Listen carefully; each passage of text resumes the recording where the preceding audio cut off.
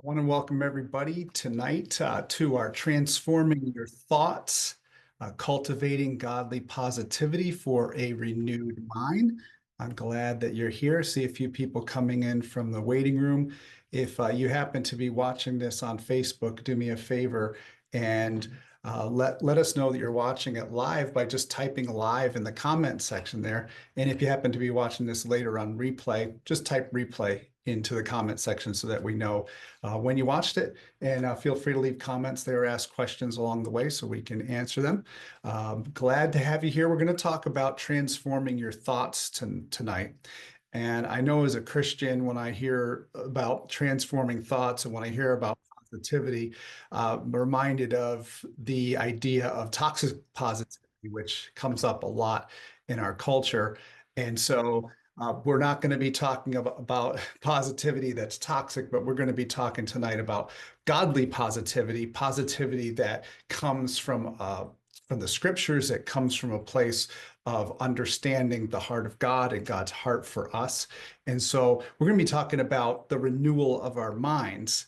And that's really what God is after, as we'll see in a few minutes here. But do me a favor, especially if I don't know you, drop your name in the chat and where you're from and what brought you here tonight.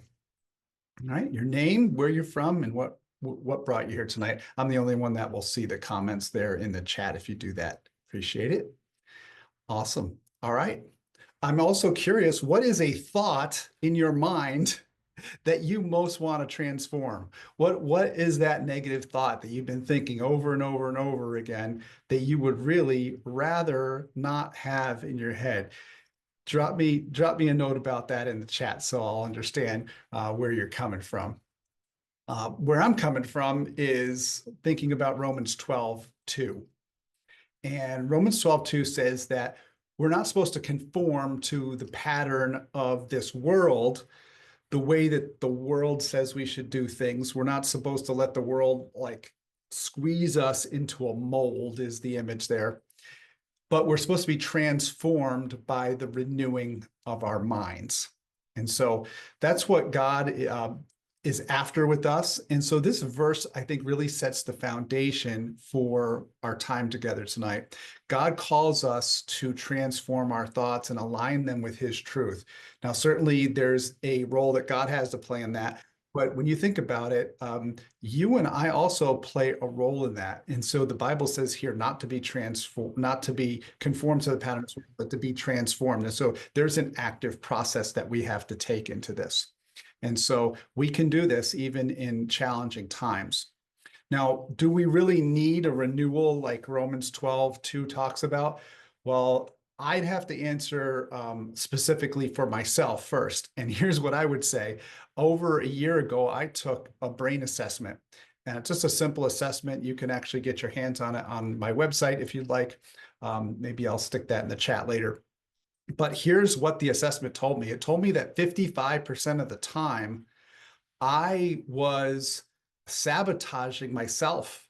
Or 55% of the time, actually, I was feeling empathy and gratitude and curiosity and joyful creativity and calm. But 45% of the time, I was having things like stress and anxiety and frustration and anger and disappointment. All right. I don't know where your brain is, but that's where mine was over a year ago.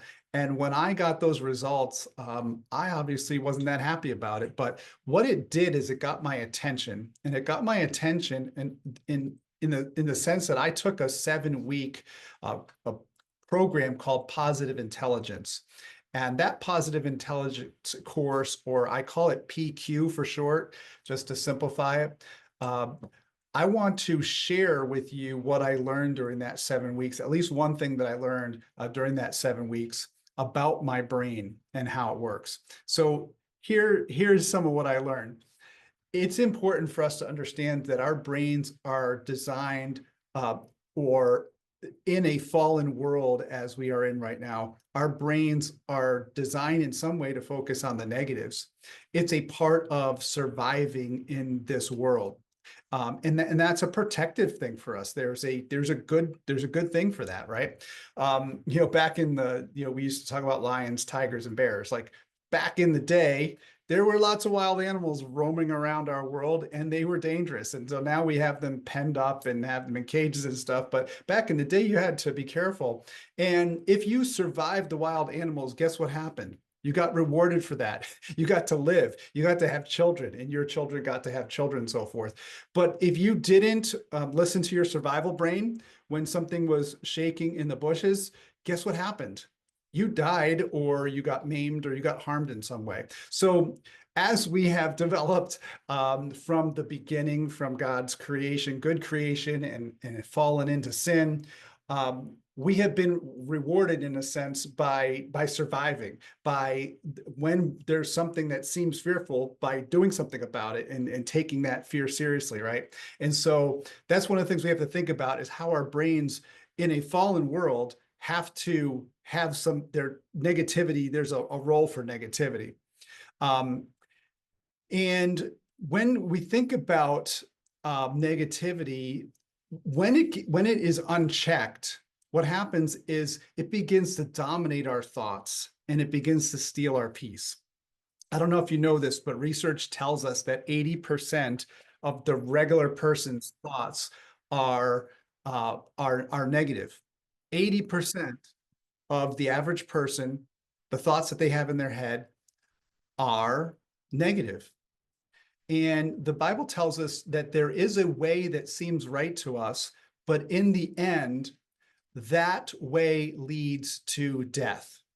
And if you think about it, that's not just true of sin, but that's also true of the things that we think about. If we think, sometimes we think we're going the right way, but that right way will end in some kind of death for us, because negativity is often going to pull us downwards. Fear is going to pull us downwards. And Paul would say it something like this: who will deliver me from this body of death? Like, he was struggling so hard with sin. He said, who's going to deliver me from this? Well, thank God that he gives us tools to overcome this negative bias in our brains that, in a sense, we need to survive. But when it goes unchecked, we're like Paul, we're saying, like, who's going to deliver me from this, right? So when we think of biblical examples of overcoming negativity, one of the first people that comes to my mind is Elijah. Even biblical figures like Elijah faced moments of negativity, but through God's word and truth, Elijah was reminded of God's faithfulness for him, and he found a sense of hope. And like Elijah, you and I can learn to shift our perspective in the same way. You know, a lot of the people that come to my webinars here struggling with grief, a lot of people that come to my webinars struggling with trauma. Maybe that's not you tonight, but maybe you have some other kind of distress going on in your life. I don't know. But what I do know is, just like Elijah heard that still small voice of God in the midst of his depression, and the imagery there in the wording is really interesting, because it says that out of the silence, God spoke. And so Elijah had to be still enough to hear God speak. And I'm going to show you in a few minutes how you can be still, how you can find stillness so that you can hear that voice of God that speaks out of silence, that speaks quietly in that what's been termed as a still small voice. So one of the things that we know about our brains, that we have found out through research, most recently in these last 10 or 15 years, research shows us that there's a 3-to-1 ratio that needs to be in our brain. So that ratio is positive to negative thoughts, right? I told you that the average person, 80% of their thoughts are negative. And now what I'm telling you is that that has to be flipped. Something has to be done about that. And so the graphic that I'm putting on the screen here shows you when someone shifts that balance of 80% of negative thinking to flipping that to having 3 positive thoughts for every 1 negative, there's an actual tipping point at some point, and it's that 3-to-1 ratio. And you'll see in this graphic the tipping point. And so when we're above that 3-to-1 ratio, we're going to experience this uplifting, this encouragement of the Lord. We're going to experience what I would say is like a vortex of God's peace and God's joy. That's the tipping point. 3 positives to every 1 negative in my mind. So if 80% of my thoughts are negative, that means I have a lot of work to do to transform those thoughts, to capture those thoughts and make them obedient to Christ. If I'm below that 3-to-1, 3 positives to 1 negative, I'm going to feel the weight of negativity pulling me down. And if I leave it where I'm having 3 negatives to every 1 positive, you're going to see how I'm going to just be surviving, and I'm going to be pulled down in a vortex of negativity. And so the difference is that difference between surviving and thriving. I think everybody here, I see some of your names, I see some of your faces. I think everybody here has had a time in your life when you were thriving in some way. And you probably know what that feels like. And probably everybody here also knows what it feels like to just survive, just going through the motions. Right? And the difference, really, if we think about it, is how our minds are being transformed, whether or not we're taking seriously this 3-to-1 ratio. So what I want to do tonight is I want to show you what to do to get that 3-to-1 ratio that you need in order to experience God's peace in your life. So this 3-to-1 ratio, God has designed our brains for mental renewal. And Philippians 4 and verse 8 says that whatever is true and whatever is noble and whatever is right and pure, whatever is lovely and whatever is admirable, if anything is excellent or praiseworthy, we should think about such things. And so this verse is a great verse for us to think about tonight, to ponder, to begin to put in to apply for ourselves. These verses here guide us to focus on God's gifts. God has gifts for each one of you tonight. And these gifts actually rewire our minds. They rewire our minds for joy, and they rewire our minds for peace. So we want to let these verses in the Philippians here kind of sit in our minds as we move forward and think about how do we apply that. So there are some practical tools for maintaining this 3-to-1 ratio.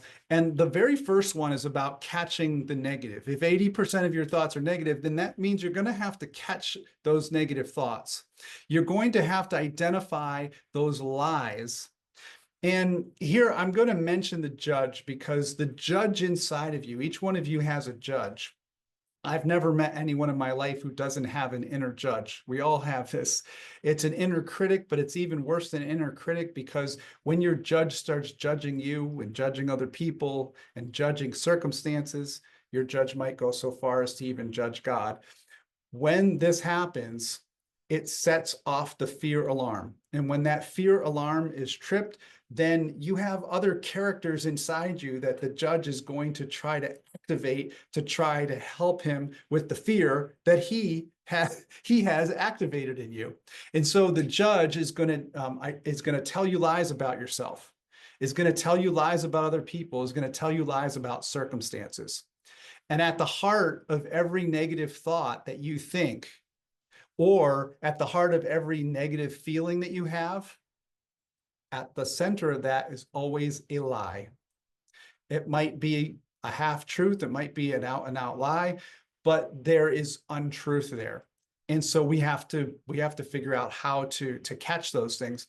The Bible goes so far as to say that Satan is the father of lies, that all lies originate with the devil.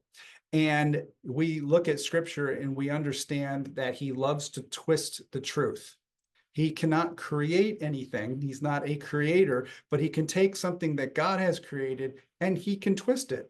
And it doesn't have to be twisted all that much. It just has to be twisted just a little bit. When you think about, like, if I tell you to go straight down this path, but you veer off just 1% off the path, right now it's not so big of a deal. Maybe out this way, it's not so big of a deal, but eventually you're going to end up in another country or another state, right? If you're off just 1 degree, now it doesn't look that bad, but That 1 degree is going to take you way off down the road. And that's how it works with the enemy. So I'm curious tonight for you, how is he twisting truth in your life? What is he twisting in your life? What is he lying to you about? What are the half-truths that he's telling you? If you're here because of grief, grief gets complicated by these lies. So what are the lies that you're believing that are complicating your grieving process? When we go through difficult things in trauma, often what's even worse is the lies that get attached to the traumatic things that we've been through. So what are those lies that have emerged for you? Maybe you would begin to jot down any of those things that may come to mind while I'm talking. Okay. So one of the things we need to know is that we can catch these lies. So how do we catch the lies? There's a couple of things. One is living in the moment. Often the lies are about us regretting the past. So we're a lot of times in the past when these lies are getting a hold of us. And a lot of times we're in the future. We're worried about the future because we've been told a lie about what the future is going to look like. And we're all fixated on that, which means that we're not actually in the present moment. We're not living with God right here in this second, in this moment. And so we want to live in the moment, number one, if we're going to be able to catch the lies. And number two, we have to embody our bodies. Do you know where the lies take us? The lies take us up here into our heads. And specifically that survival region of your brain, that's where the lies are. That's where your judge is. And that's where all the other things that you do to sabotage yourself and the things that God wants for you is all happening there in the survival part of the brain. And we know this because we can actually see this on MRIs. We can see what happens when we start living in the moment. We're no longer just embodying our survival brain. We're actually embodying our whole bodies, right? So we're feeling, we're able to feel, we're able to hear, we're able to see. We're in our whole bodies as opposed to just being in that survival part of our head. You're probably saying, what is he talking about? Think about it. When you're wrapped up in a lie, aren't you really thinking really hard about it? Aren't you like stuck in an echo chamber where you're just like saying the same things over and over and over again? This is the kind of things that people will tell me all the time, that they're stuck in their heads about something and they can't get this thought out of their head and they don't know what to do with it. That's what I'm talking about here. So there is a sense in which we have to get back to embodying our body. And I'm going to show you how that works in a few minutes as well, so that you'll know what I'm talking about. All right. So that is step one right there, is catching the negative stuff. And I'm going to give you some tools for being able to do that. But that's number one. Number two is, once you know what the lie is, or you know that it's a lie, and you don't have to know all that much about it. If you're actually having a negative thought or a negative feeling, you can just assume that it's coming from a lie. Trust me on this. You can just assume that it's coming from a lie, because there's no way for you to have a negative thought or a negative feeling without there being fear there. And God says that fear doesn't come from him. He's not the father of fear. He doesn't originate fear. He's not giving you a spirit of fear. So if you have some fear, and fear is going to manifest itself in negative thinking and negative actions sometimes of ours, but also negative feelings in your body and negative emotions. And if that's going on, you can just assume that there's a lie there somewhere, right? All right. So two here now, we're going to counter that lie with God's truth. And so the personal example for me, sometimes I've thought in my work life, I'm worthless. I don't know if I'm ever going to get to the place that God has for me in my career. I've had that thought at different times of my life. Now, what are some of the affirmations or truth from God that I could use to counter that lie? Maybe you could help me out and jot something in the chat there for me. If I wanted to counter the lie that I'm worthless and I'm never going to figure out what God has for my career, what are some truths that I could say from the Bible to myself that could help me counter that particular lie? Type it out there in the chat for me. All right. Someone said, You're made in the image of God. Okay, if I'm made in the image of God, that means I'm not worthless. And if I'm made in the image of God, that means God implanted some things into me that he wants me to be in the world, how he wants me to be, what he wants me to do. And so being made in the image of God is one thing. All right. Because we have that 3-to-1 ratio that we need to figure out, we need two more. So help me out here. What else would you say?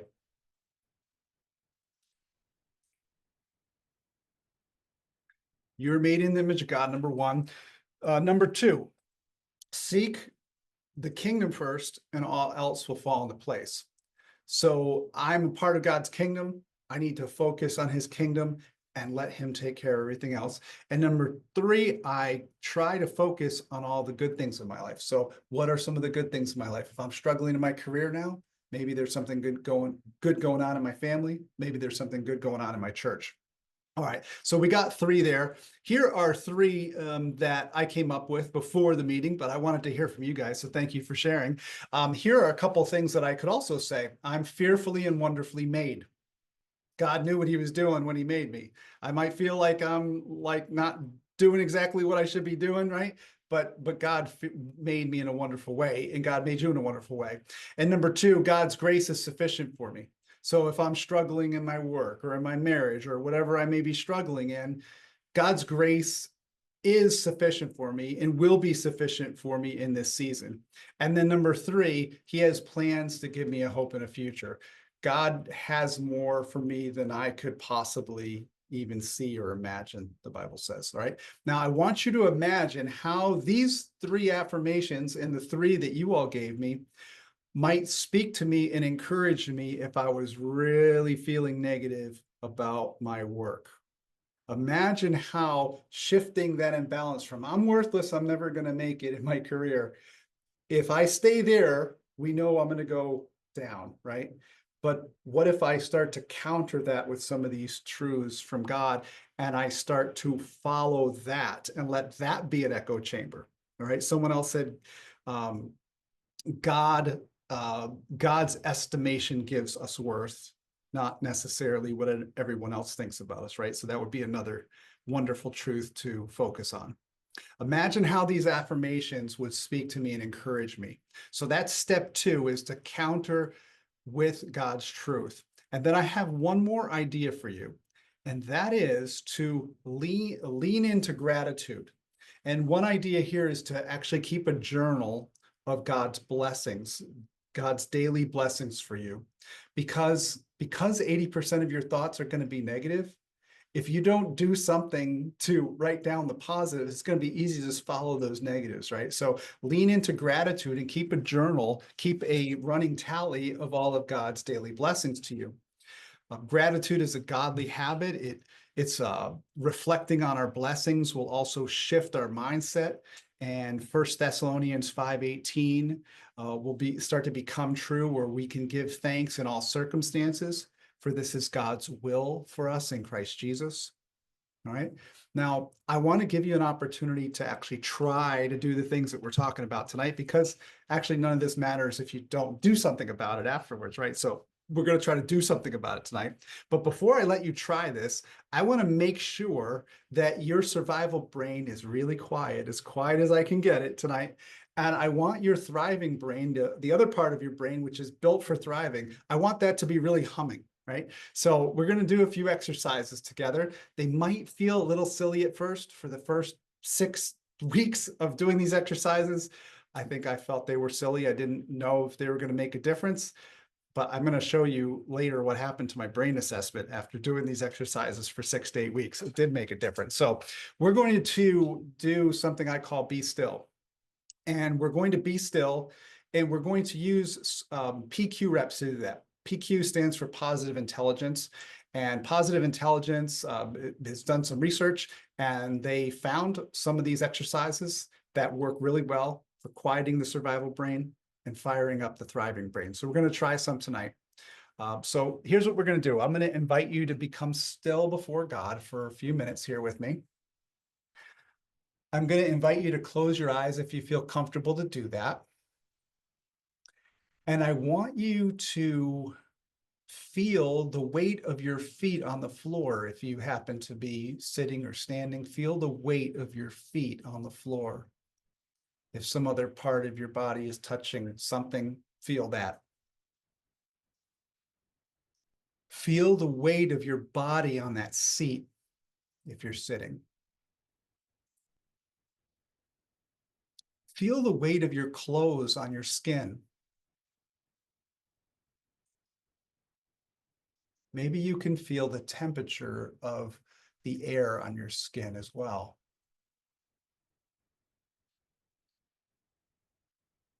Now, take a couple of deep breaths, deeper than a normal breath.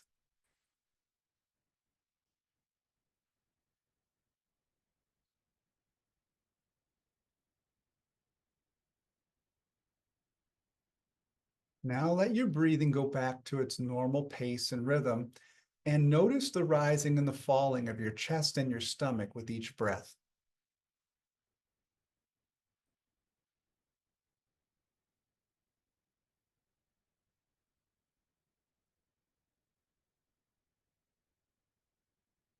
Let go of any thoughts that might come and just refocus back on the rising and falling of your chest and stomach with each breath.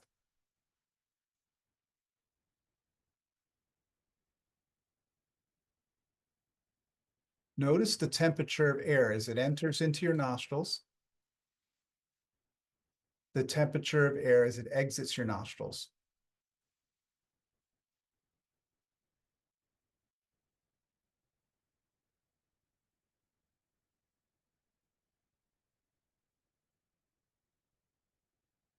Now, I'm going to ask you to rub a couple of fingertips together. Maybe you could rub two of your index fingers together or your thumb and your index finger.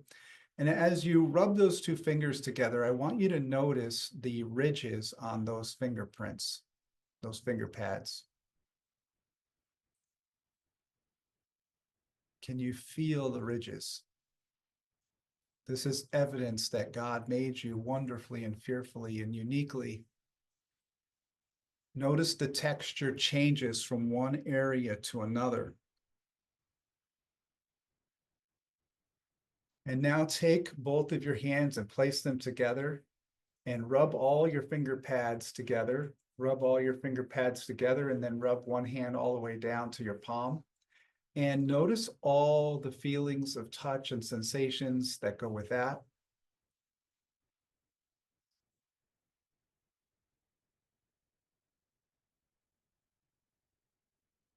These are the hands that God's given you to do his work in this world. Now, I want you to listen for the farthest away sound. Maybe there's someone in your house there doing something in another room. Maybe it's cars passing on the street. Listen for that farthest away sound.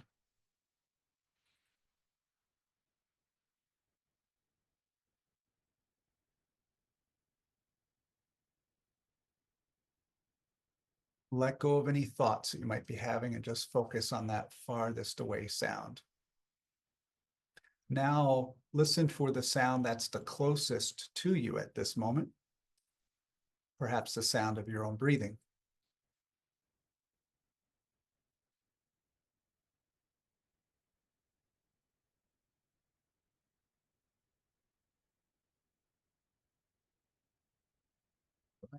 Now, notice the rising and falling of your chest and your stomach again with each breath.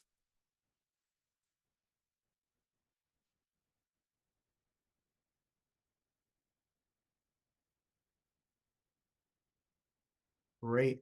Thank you for doing that with me. I would love to hear what you notice going on after doing that for a few minutes. What do you notice? What do you notice about your emotions? What do you notice about your body?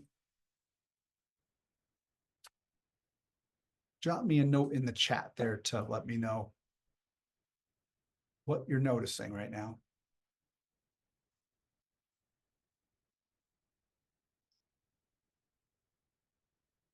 It is hard to sit still. I would totally agree. Most of us, our minds will wander around about half of the time that we try to do something like that. So that's totally normal. And sometimes it's physically hard to slow down, right? What else do you notice? How does your body feel? What does your mind feel like after a few minutes of doing that?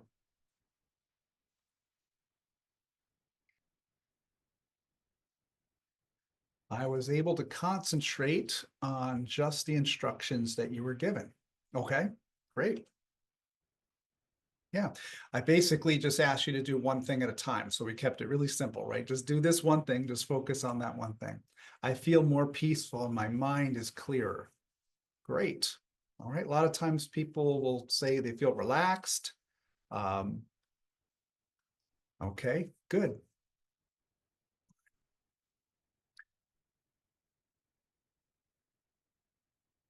So those are called PQ reps. You can obviously make up your own now that I showed you how some of those work. We also have a sheet that I could give you that has those exercises and a few more on it. If you'd like a copy of that script that you can kind of use, just drop your email into the chat and I'll make sure that you get it. All right. All right. Someone just said the mute button was hit on the outside world. I love that idea. Someone else said the thoughts that were streaming through my mind were less. Okay, good. If you want a copy of those PQ reps, just drop your email there and I'll send them to you after the meeting. All right, so let's see where we're going to go here. Let's do something interactive now. We'll give you an opportunity to put this into practice. So step one was identifying. So step one here is going to be for you to identify a negative thought that you've had recently. Somebody said at the beginning of the meeting, there's not enough time in a day for me to get all the things done that I need to get done. Which, if I'm saying that, I might be thinking about myself. I'm not good enough to get all this stuff done, right? So that would be a negative thought. So I see if you can identify negative thought that you have had recently. And I want you to see if you can notice within that negative thought the lie, because step one is to identify the negative thought that you've had recently and to notice the lie or the half truth of it. What what makes it not full truth? See if you can identify that. If you're having trouble, look for upsetting moments that you've had last week. Look for that moment where you were feeling overwhelmed. Maybe you were feeling triggered in some way. Maybe you were feeling some kind of distress. What is the negative thought that you were thinking about yourself, or the negative thought that you might have about yourself now when you look back on it? Okay. And if you'd like to place that phrase into the chat, it might help other people to hear what other people are coming up with. So if you're willing to, just type it into the chat there.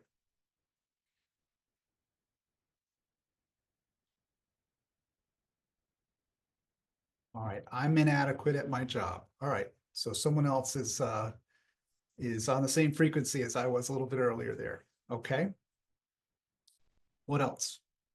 What are some of the negative thoughts that you've had recently?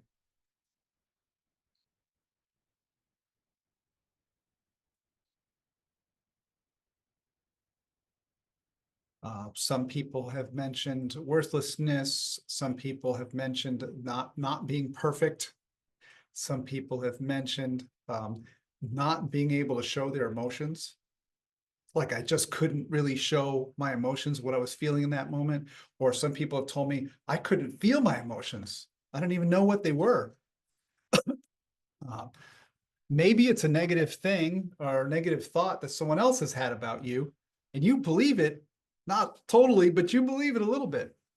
Someone says, I can't get things done as quick as my coworker, as far as my job tasks go. Okay. Good. If you think of it, if you think of one, you want to put it in there, put it in there. It sometimes helps others to hear what other people are coming up with. So that's step one, is to identify what the negative thought is, and then to identify the lie within it. All right. Now we're gonna move on here to step two. Step two is to replace that with three positives. Okay. So first, let's think about a truth about what God says about you. So what is a truth about what God says about you? And if you think of one, again, place it into the chat so we can share it with others. It will be helpful for them to hear what people are coming up with.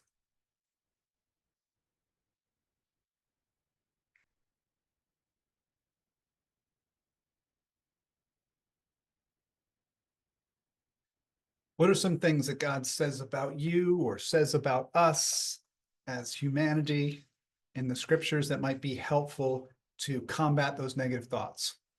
I am worthy of God's love. Yes, through Christ and in Christ, he has made us worthy. So we are worthy in God's sight because of what Christ has done for us.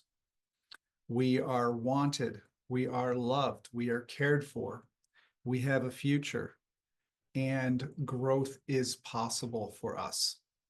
All right, these are some wonderful affirmations that we can take from the scriptures.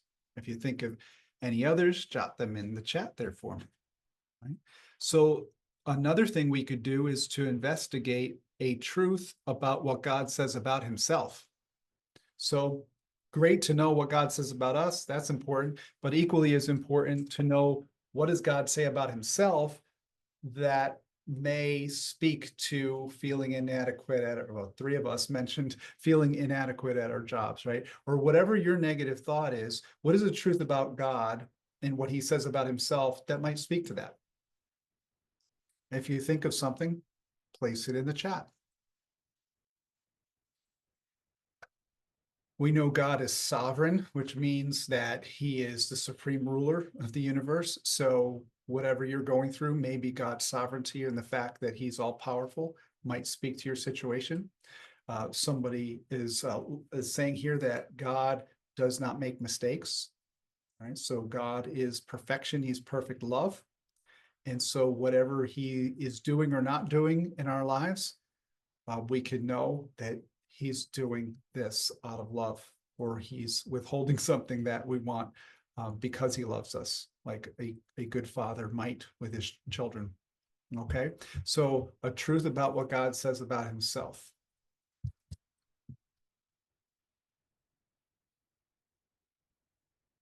And then one other thing we could do is a blessing that you have received lately or a hope grounded in God's promises. So maybe you've received a blessing in the past or lately, and you could jot that down now.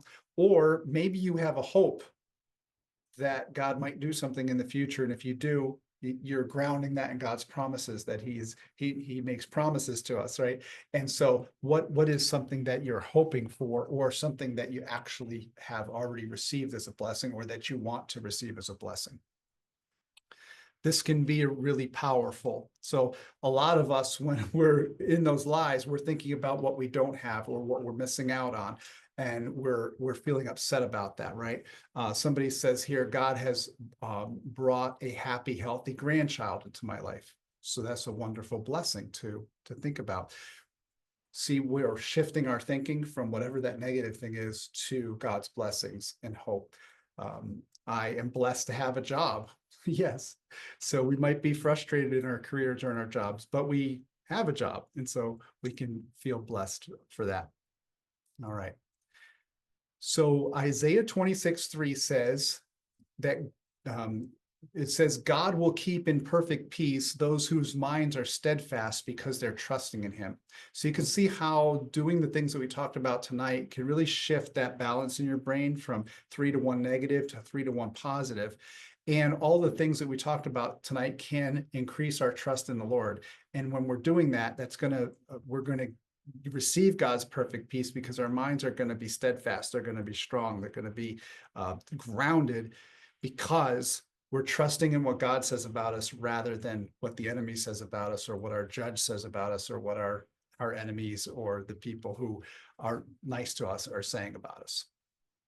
So I would like to open it up in case anybody would like to share what what you came up with in step 1 and 2 here. If you want to share out loud, feel free to do that. We are recording this and broadcasting it to Facebook.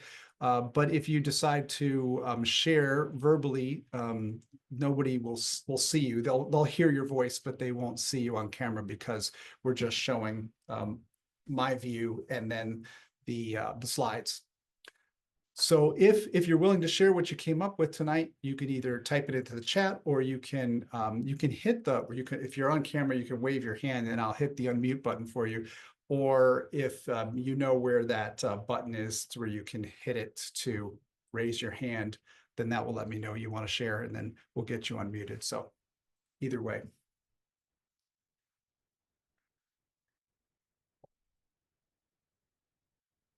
Anybody want to share what you came up with there in step 1 and 2?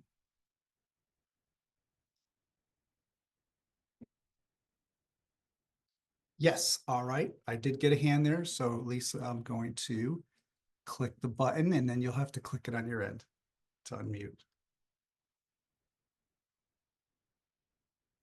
So let me try again. There we go. That's so funny. I can never find the hand. Even at work, I'm like, they all do class. I'm like, where is that button? I was saying that, like, at work sometimes compared in different jobs, that there's some things that I can do faster, but some of the things that I did at my work, like some of my coworkers can do so fast. And I always feel like, oh, I just can't do that so fast. And then for the second one, I guess the positive about the blessings, like thinking like I'm so grateful to have a job, and then I'm so grateful to have my home and my family, and we've been blessed too that recently, like, a prayer was answered um with somebody that was drinking and stopped drinking, so we were so happy about that. And so those, I guess, those are the blessings.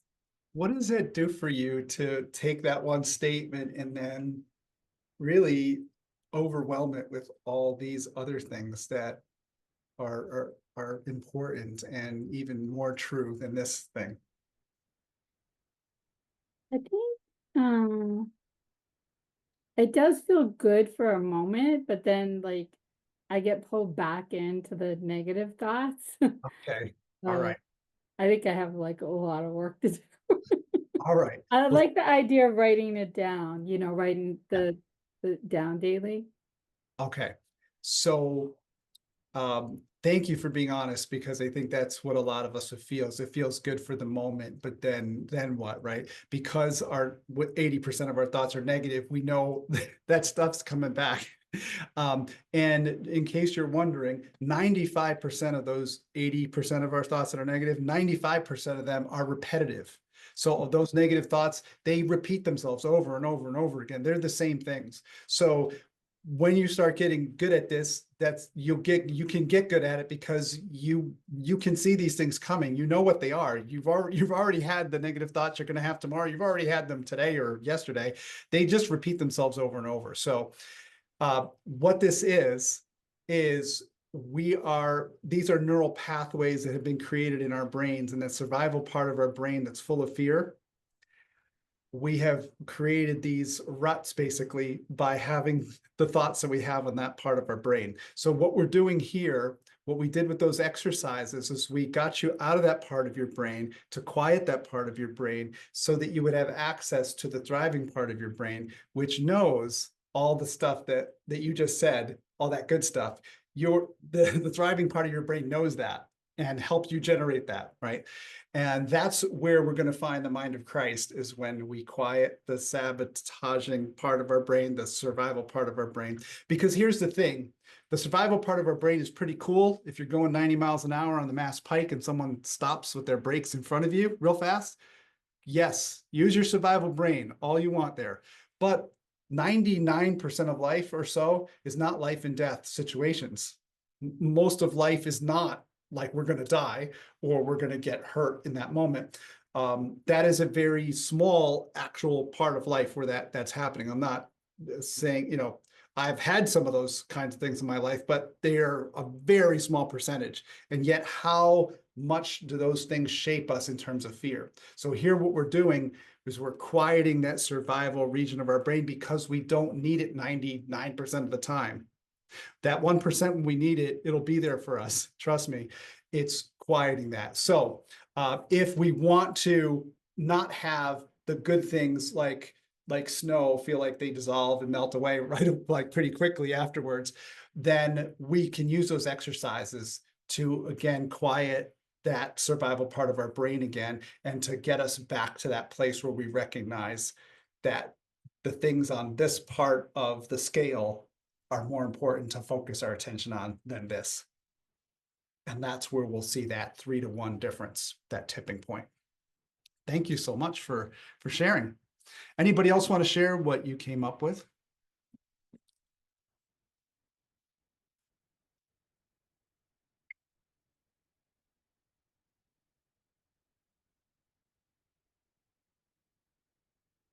Any questions or comments? Feel free to drop your question or comment into the chat or wave your hand or hit that reaction button where it says raise your hand in the toolbar at the bottom. No questions? No comments?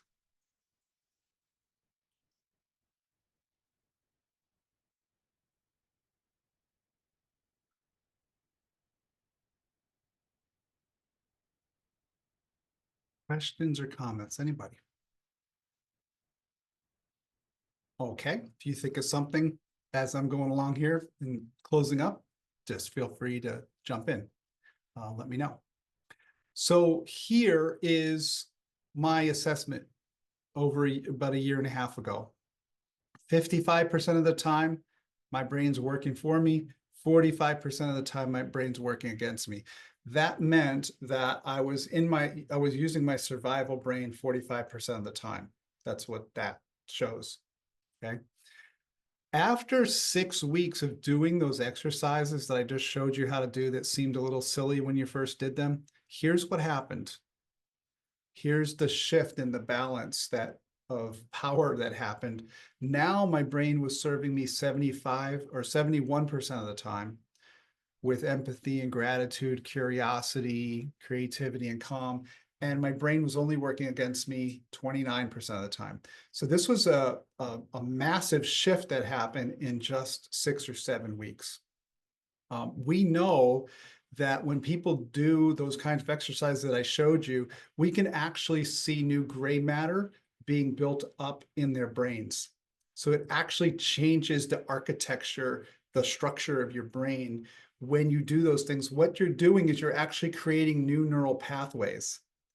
My body can be still. My mind can be still.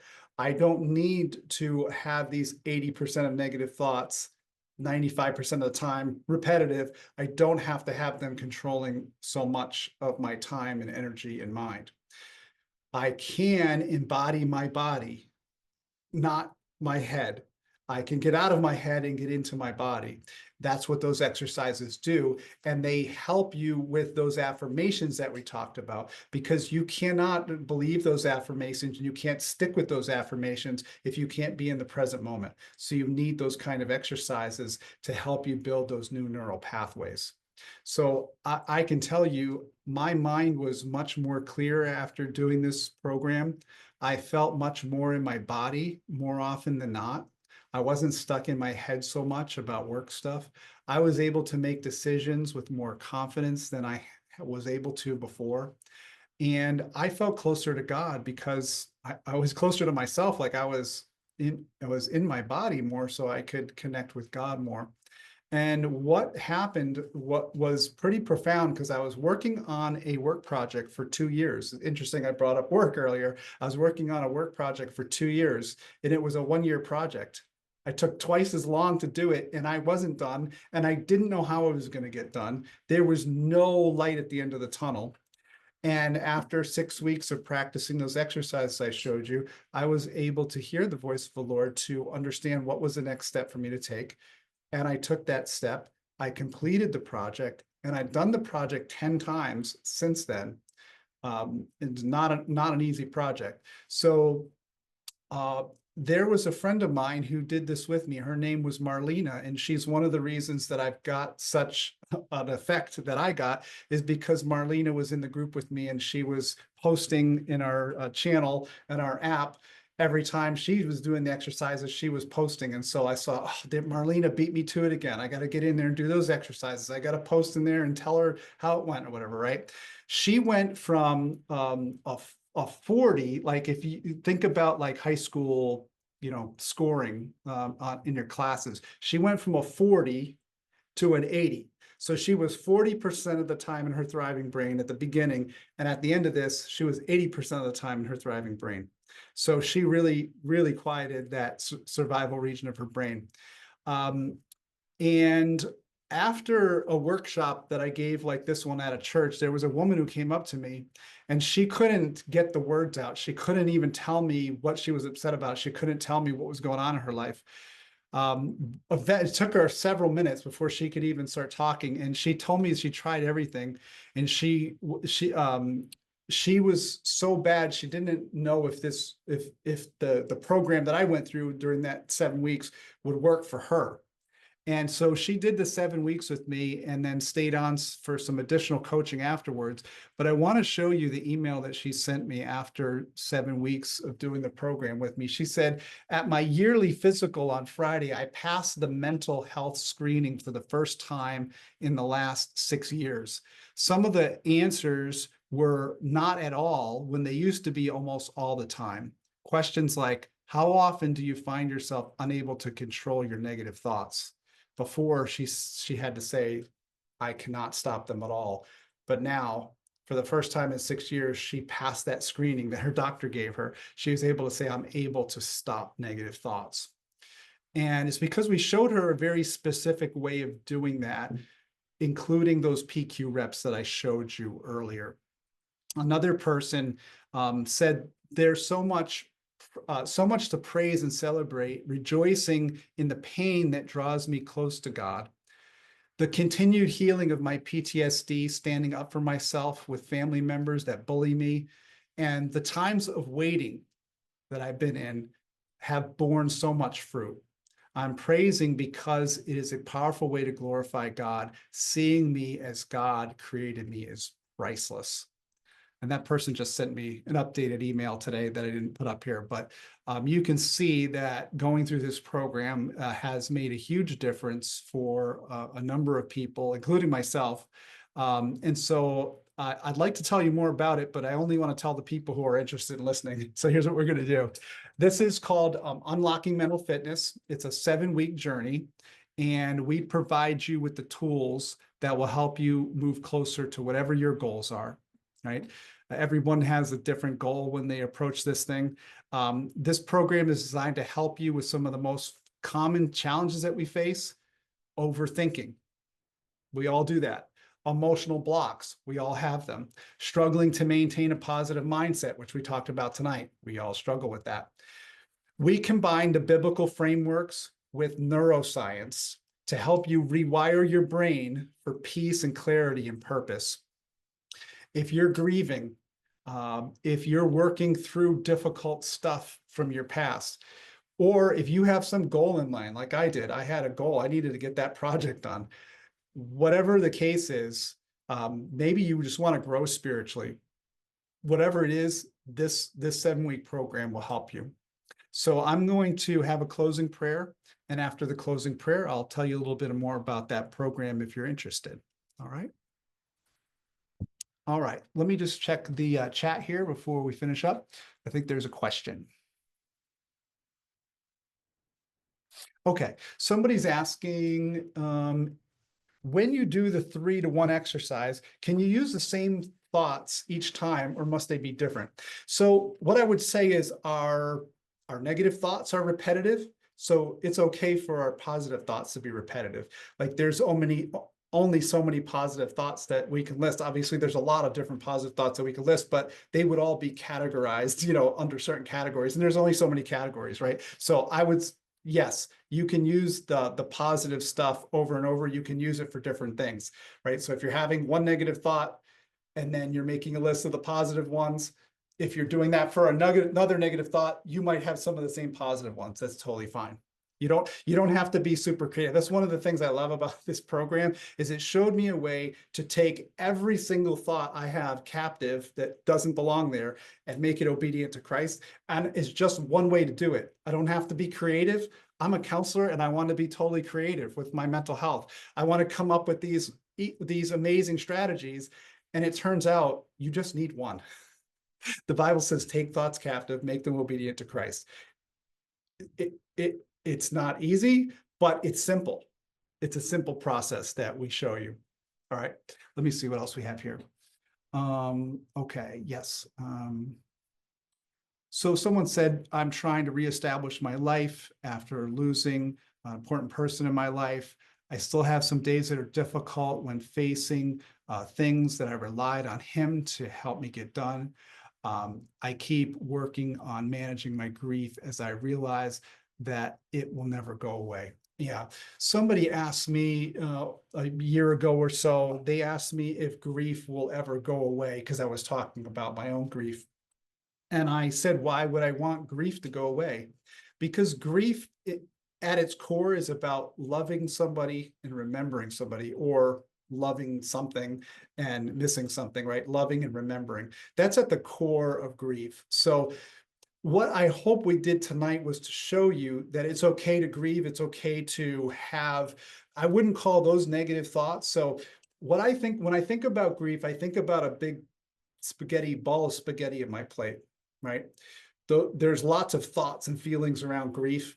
And every once in a while, when you're eating spaghetti, you might find hair in there, right? You don't want to eat the hair. You want to get the hair out of there, right? So think about what I was talking about tonight. Grief is about love and remembrance. That's a big ball of spaghetti. There's lots of thoughts, lots of feelings that come with grief. Our job in terms of transforming our minds is to work with God to just pick out the hairs, because we don't want to eat those. And those hairs are the negative thoughts. All right. So if I'm missing somebody, if I'm loving someone, that's not a negative thought. That's a good thing. We need to work through our grief, and the loving and remembering will help us get through. But if there's anything else in there that's negative, like I'm worthless, or I should have done this, or I should have done that, or where we're judging ourselves, or we're having negative thoughts and negative feelings that aren't related to loving and remembering, that's hair that we have to pull out of the spaghetti. So I hope that's helpful. Thank you for sharing your experience with us. It's a difficult thing when we have relied on other people to help us, and now they're not there. That's a double whammy with grief. And so I appreciate you being honest about that. All right. Well, I'm going to read the Serenity Prayer. So here's the Serenity Prayer. This is the full prayer. You might have heard the shortened version of it, but I love the long version. It says, God, grant me the serenity to accept the things that I cannot change, the courage to change the things that I can, and the wisdom to know the difference. Living one day at a time and enjoying one moment at a time, accepting hardship as a pathway to peace, taking, as Jesus did, this sinful world as it is, not as I would have it, trusting that you will make all things right if I surrender to your will, so that I may be reasonably happy in this life and supremely happy with you forever in the next. Thank you for joining me tonight. If you want to hear more about the Unlocking Mental Fitness program that I mentioned earlier, just hang tight. Otherwise, if you've already heard this or you've already been through that program, God bless you for being here tonight, and I look forward to seeing you at the next webinar. All right, for those who are sticking around, let me tell you about the Unlocking Mental Fitness program. What we do with Unlocking Mental Fitness is we give you an app. All right. And this app, you're going to have access to this app for an entire year. All right. And the value of this app is $9.95. If you went and purchased it from the company that I get it from, they charge $9.95 for this app. So this app is amazing because it guides you with the daily exercises and reflections and activities that you need in order to build the mental fitness that I've talked about, building those new neural pathways, the new ways of thinking. And it only takes about 15 minutes a day of your time. It doesn't take a lot of time. And we break it up into 2 or 3 minute segments so anybody can do it. Think of this like a daily companion for mental fitness. It's always available to help you stay on track with 2 or 3 coaching challenges every day. Because as someone said earlier, we do these exercises and then our minds want to go back to default. And so that's why we have this app available to kind of coach you throughout the day. We also provide daily coaching in the app. So when I lead this group of 5 to 10 people, every day I check in the app to see how you're doing. I ask you to give me some feedback during the day as to how you're doing. What's working for you, what's not working for you. It doesn't have to be long, just a couple of sentences. But I want you to imagine having personalized tips coming from me and support and encouragement every single day from me to help keep you accountable and help you overcome the obstacles, because there is no way I would have done what I did with that brain assessment if I did this by myself, right? Marlena and the other people that were part of my group were spurring me on to do what I was able to do. I want to make sure that everybody no one feels alone in this. So we have that daily coaching. We also have weekly coaching sessions. So once a week on Monday nights, typically, we meet at 6:30, from 6:30 to 7:30. And here we go deeper into the concepts. We share the insights with you that you're going to need for that week, and then hold you accountable to what you're saying you want to do. That will be up to you, what your goal is. You'll have the opportunity to connect with others who are on a similar journey to you, and also get personalized feedback in a supportive environment with me. And that's what I love about doing this in a group format, because we get to hear from 5 to 10 other people. So we get to see other people struggling with the same things that we're struggling with. We get to see people take some ground and get closer to their goals, and we get to hear about how they're doing it, and that gives us ideas for our own life. So we also will give you what's called the Saboteur Assessment and the PQ Assessment. The PQ Assessment is the one I was telling you about earlier that measures how often you're in your survival brain versus your thriving brain. And then the Saboteur Assessment is going to show you exactly what you're doing and what those old neural pathways are that you're stuck in, right? That Saboteur Assessment is going to show you how you would typically self-sabotage your own goals and what you want in life, and honestly, what God wants for you, because that's the most important thing, right? So those 2 assessments we'll give to you, and those are going to help you chart the course forward. And then we'll give you the PDF book that goes with this, which is called Positive Intelligence. I think I got the book up here on the shelf. We'll also give you the audio book if you'd rather listen to it. And these resources are going to reinforce the concepts that we cover in the program and help you understand them. It's written very simply so that even someone like me can understand it. We have our small group community of the people that do this group with me, and we also have access to the larger PQ community. So there are other coaches all over the world who do this same program. They might do it slightly different. I do it from a biblical perspective, but others may do the program differently. But anybody who is in the PQ program that's starting at the same time that we will have access to them in a particular channel. So not only do you have the 10 people in my group or so, but you have access to sometimes hundreds or thousands of people who are also doing the program all over the world. Just pretty interesting to be able to interact with people like in Israel right now, knowing what's going on over there. I've interacted with people who are living in a war zone, right? And their perspective of learning these exercises and how it's helping them in a place where they literally could die, right, at any moment. So so there's that. And then the last thing is that if you total up all the things I'm going to invest into the program, it costs me about $4,000, $5,000 to put on this program every 7 weeks. If you think about like that's like the cost of like a brake job and a transmission job, except I got my numbers wrong because I actually had to have a transmission job a few months ago. And it's a lot more than this, but we'll just say if you got a brake job and a transmission job for your car, it would cost lots of thousands of dollars like this. What we're doing here is that we're giving you a brake job for your brain because your brain needs a brake job like mine did. We have to stop those negative thoughts and negative feelings. And then we need a transmission job. We need to know how are we going to get to the things that God wants for us. What are the gears that are going to get us there? Do we know what the gears are? I didn't know what they were. And I certainly didn't know how to shift from one gear to another to move forward to get that crazy project done. That is until I learned what they were. Then I knew exactly what to do. All right. So obviously we're not going to charge you $4,785 because it's a group. The cost gets spread out amongst everyone that's participating.